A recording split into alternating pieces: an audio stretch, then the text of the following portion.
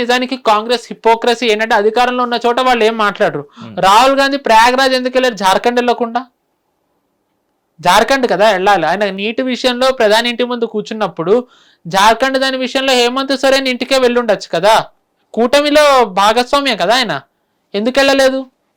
ఇది కాంగ్రెస్ హిపోక్రసీ, ఇది రాహుల్ గాంధీ హిపోక్రసీ, ఇది విపక్షాల హిపోక్రసీ.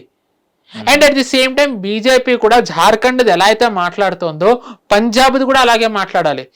పంజాబ్ కూడా ఎందుకు నేను ఇది చెప్తున్నానంటే మీడియా కూడా కేజ్రీవాల్ని ఎప్పుడు హైలైట్ చేయదు. ఎందుకంటే మీడియాకి కేజ్రీవాల్ నుంచి కొన్ని కోట్లు వస్తుంది, కొన్ని కోట్లు ఇస్తుంది కేజ్రీవాల్ ప్రభుత్వం. ఇన్ఫ్యాక్ట్ ఇది డేటానే చెప్తుంది, వాళ్ళ అభివృద్ధి కంటే కూడా అభివృద్ధి చేశాము అని చెప్పుకునే ప్రొపగండాకి ఎక్కువ ఉంటుంది. ఐరనీ ఏంటంటే బీజేపీ అభివృద్ధి చేస్తుంది, దానిని ప్రమోట్ చేసుకోరు. ఢిల్లీలో వాళ్ళు అభివృద్ధి చేయరు, కానీ అభివృద్ధి చేశామని చెప్పే దాంట్లో వాళ్ళు ప్రొపగండాకి డబ్బు ఖర్చు పెట్టేస్తారు. సో ఇప్పుడు కాంగ్రెస్ ఈ పార్టీ ఈ ఛానల్స్ ఏవైతే ఉన్నాయో ఆప్ నుంచి విపరీతంగా వాళ్ళకి ఫండింగ్ వస్తుంది పంజాబ్ నుంచి. బికాజ్ ఆఫ్ దట్ వాళ్ళు ఆప్ టచ్ చేయట్లే. ఏదైతే జార్ఖండ్ లో విద్యార్థులు ప్రొటెస్ట్ చేస్తున్నారు అలాగే పంజాబ్ లో కూడా చేస్తున్నారు. ఏ ఛానల్ అండి? అంటే any channel, you name any national channel. కొన్ని న్యూట్రల్ ఛానల్స్ ఉంటాయి కదా మరి. సారీ అండి, there is no neutral. You are either with BJP, you are not with BJP. So BJP కూడా ఛానల్స్ ఉన్నాయా? DD, NDTV, Aaj Tak, NDTV impossible, no one. Republic, see, Arnab is a nationalist and at the same time he is also a journalist. Arnab కొన్ని విషయాల్లో గట్టిగా మాట్లాడతారు, there is no doubt. అంటే అందరూ అన్ని విషయాలను గట్టిగానే మాట్లాడతారు. ఎస్, అంటే కొన్ని మీడియా హౌసెస్ భయపడే విషయాలను కూడా టచ్ చేయగలరు థ్రెట్ లేకుండా. బట్ అదే అర్నబ్ గోస్వామి ఎందుకు పంజాబ్ది మాట్లాడలేదు? See I'm not blaming Arnab, తను చాలా చేస్తాడు, ఐ అడ్మైర్ దట్. బట్ అదే అర్నబ్ గోస్వామి పంజాబ్ది కూడా మాట్లాడాలి కదా, ఎందుకు మాట్లాడలేదు పంజాబ్ది? యాజ్ ఐ సెడ్, ఎందుకంటే వీళ్ళకి ఫండింగ్ వస్తుంది. టైమ్స్ నౌ అనే ఛానల్ది వాళ్ళ జర్నలిస్టుల్ని పంజాబ్ పోలీసులు టార్చర్ పెట్టారు, అరెస్ట్ చేశారు, మహిళా జర్నలిస్ట్ని. This is the time for them to expose. అంటే దానికి రివెంజ్ అనగానే టైం వచ్చింది, దే కెన్ ఎక్స్పోజ్. బట్ అయినా కానీ వాళ్ళు పంజాబ్ విషయంలో కామ్ ఉన్నారు. ఎందుకు? ఎందుకంటే దే గెట్ ఫండ్స్. ఆప్ కొన్ని కోట్లు పోస్తుంది. That is the main reason why no media house is exposing Punjab's failure. But why Jharkhand అంటే మేబీ టీఆర్పీ. ఎందుకంటే ద మూమెంట్ ఇది అయినప్పటి నుంచి జార్ఖండ్ కొద్ది స్టూడెంట్స్ చాలా అగ్రెసివ్గా మాట్లాడుతూ వచ్చారు. అండ్ ఐరనీ ఏంటంటే వందే మాత్రం భారత్ మాతాకి జై అనేసరికి ఇది ఆర్ఎస్ఎస్ వాళ్ళు ఇన్ఫిల్ట్రేట్ చేసిన సభ, ఆర్ఎస్ఎస్ వాళ్ళే పెట్టిస్తున్నారా అండి? ఆర్ఎస్ఎస్ వాళ్ళే చేయించారు అనుకుందాం. భారత్ మాతాకి జై అంటే తప్పేమో? ఇస్ ఇట్ రాంగ్ అండి భారత్ మాతాకి జై అంటే? I don't no. మనం ఉంటున్న కంట్రీలో మన కంట్రీని మనం హెయిల్ చేసుకోవడం తప్పేమో. ఎస్, సో పాకిస్తాన్కి జై అంటే తప్పు కానీ.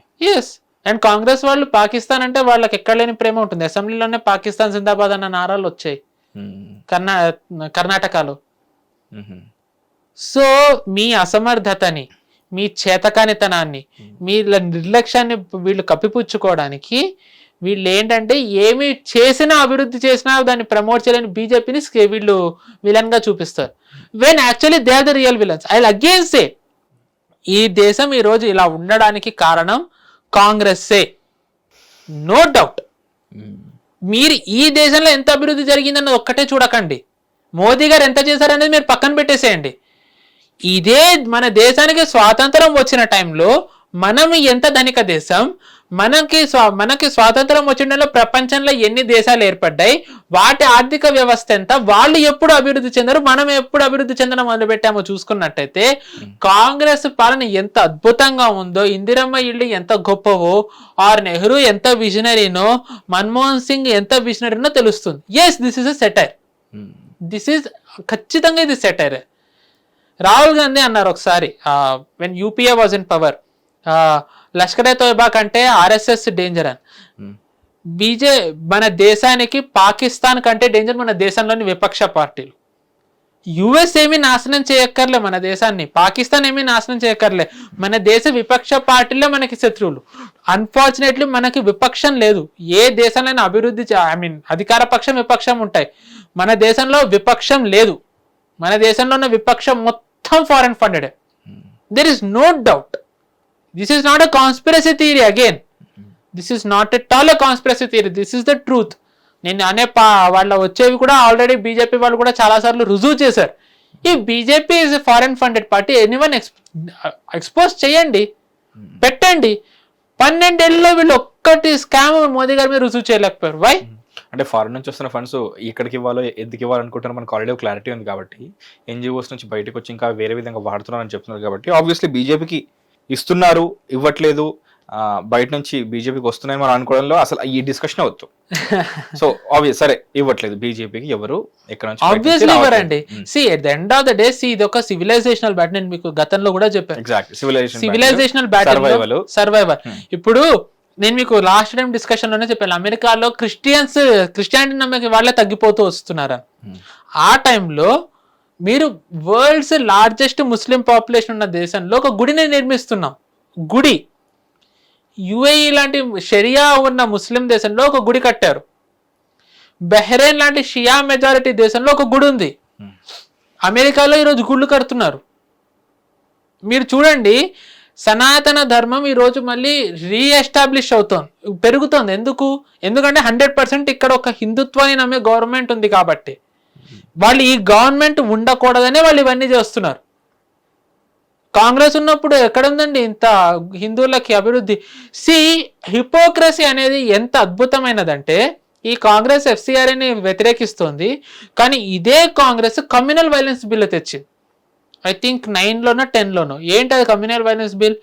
ఏదన్నా గొడవ జరగనివ్వండి దేశంలో, దానికి కారణం హిందూసే అవుతారు, మెజారిటీనే. వాట్ ఎవర్ దట్, అక్కడ ముస్లిం మెజారిటీ ఏరియాలో గొడవ జరిగినా దానికి కారణం హిందువులే అవుతారు.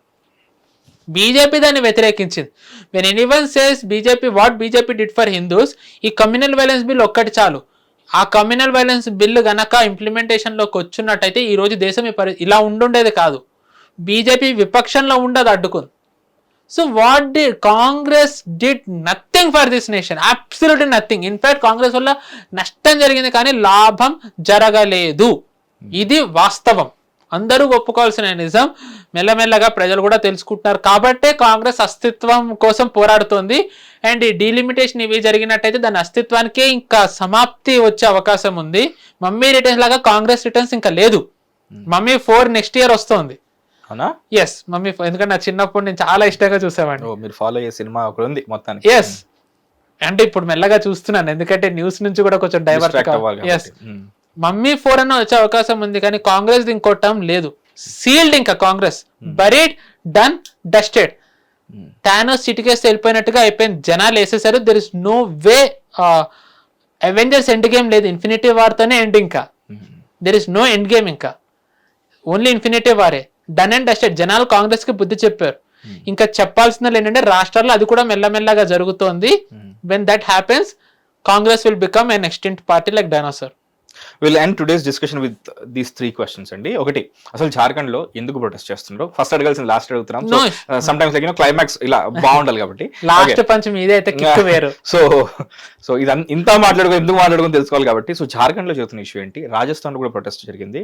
అండ్ కొందరు స్టూడెంట్స్ ఈ ప్రొటెస్ట్ అనేది లైక్ రీసెంట్లీ జరిగిన ప్రొటెస్ట్ జరుగుతుందో అది ఎలాంటి ఎగ్జాంపుల్ ఇచ్చిందంటే, ప్రొటెస్ట్ చేస్తే మనకు కావాల్సిన దొరుకుతుందని చెప్పేసి కొందరు స్కూల్ పిల్లలే 6 గంటలు 8 గంటల సేపు ప్రొటెస్ట్ చేసి వాళ్ళకి కావాల్సిన వాళ్ళు తెచ్చుకున్నారు. అవునా? యా, మీకు తెలియదు విషయం? లేదు. అండ్ వాళ్ళు చేసింది ఏమాత్రం తప్పు కదా నాకు అనిపించింది. ఎందుకంటే when I saw the visuals of the schools literally పడిపోతున్నాయి, శిథిలావస్థలా ఉన్నాయి, మొత్తానికి తెప్పించుకున్నారు. వాళ్ళు అడిగింది కూడా గొప్ప ఏం కాదు, బేసిక్ అమ్యూనిటీస్. మీరు అన్నట్టుగానే బేసిక్ అమ్యూనిటీస్ ఉంటాయి కదా, తాగడానికి నీళ్లు, కూర్చోడానికి బల్లలు, బ్లాక్ బోర్డ్, ఇలాంటివి అడిగారు అనమాట. సో జార్ఖండ్ ఈ 2 ఏం జరుగుతుంది? And last question, so foreign funded, ఇదంతా ఫారెన్ ఫండెడ్. అండ్ నాకు ఇప్పుడు విషయం బాగా అర్థమైంది. ఇంత పెద్ద ఈక్వేషన్ లో లైక్ పార్లమెంట్ సెషన్ జరిగితే ఏమవుతుంది, అందులో ఏం మాట్లాడుకుంటారో, దాని తర్వాత వచ్చే ఫర్దర్ ప్రొసీడింగ్స్ ఏవైతే ఉన్నాయో, అంత పెద్ద ఈక్వేషన్ లో ధర్మేంద్ర ప్రధాన్ గారి రెసిగ్నేషన్ ఇస్ నథింగ్ అని నాకు ఇప్పుడు అర్థమవుతుంది. యూనో, సో మనం దాని గురించి కూడా మాట్లాడుకున్నాం. ఏమని లైక్ బీజేపీ ఓడిపోయిందా, వెనక్కి తగ్గిందా, స్టూడెంట్స్ గెలిచారా, వాళ్ళు పార్టీలు చేసుకుంటున్నారు కానీ, but if they understand the big picture, అదే గెలిచింది మనం కాదు వాళ్ళు అని వాళ్ళకి కనుక అర్థమైతే, ఐ డోంట్ నో వాళ్ళకి అర్థమవుతుందో లేదా నాకు తెలియదు, ఎందుకంటే బాస్టన్లో చదువుకున్న స్టూడెంట్స్ కాబట్టి. So at the same time foreign funded Pakistan మీకు ఇది వచ్చింది అండ్ అసలు నీకు ఫుల్ కాలేజ్ ఫీజు ఎవరు కట్టారు చెప్పు అని చెప్పేసి అడిగితే నేను నా స్కాలర్షిప్ మీకు చూపిస్తాను, మోడీ ఆయన డిగ్రీ సర్టిఫికేట్ చూపిస్తారని కూడా అడిగారు. మోదీ గారి డిగ్రీ సర్టిఫికేట్ ఆల్రెడీ నెట్ లో ఉందండి, ఢిల్లీ యూనివర్సిటీ వాళ్ళే పెట్టారు. ఢిల్లీ యూనివర్సిటీ వాళ్ళదే ఉంది,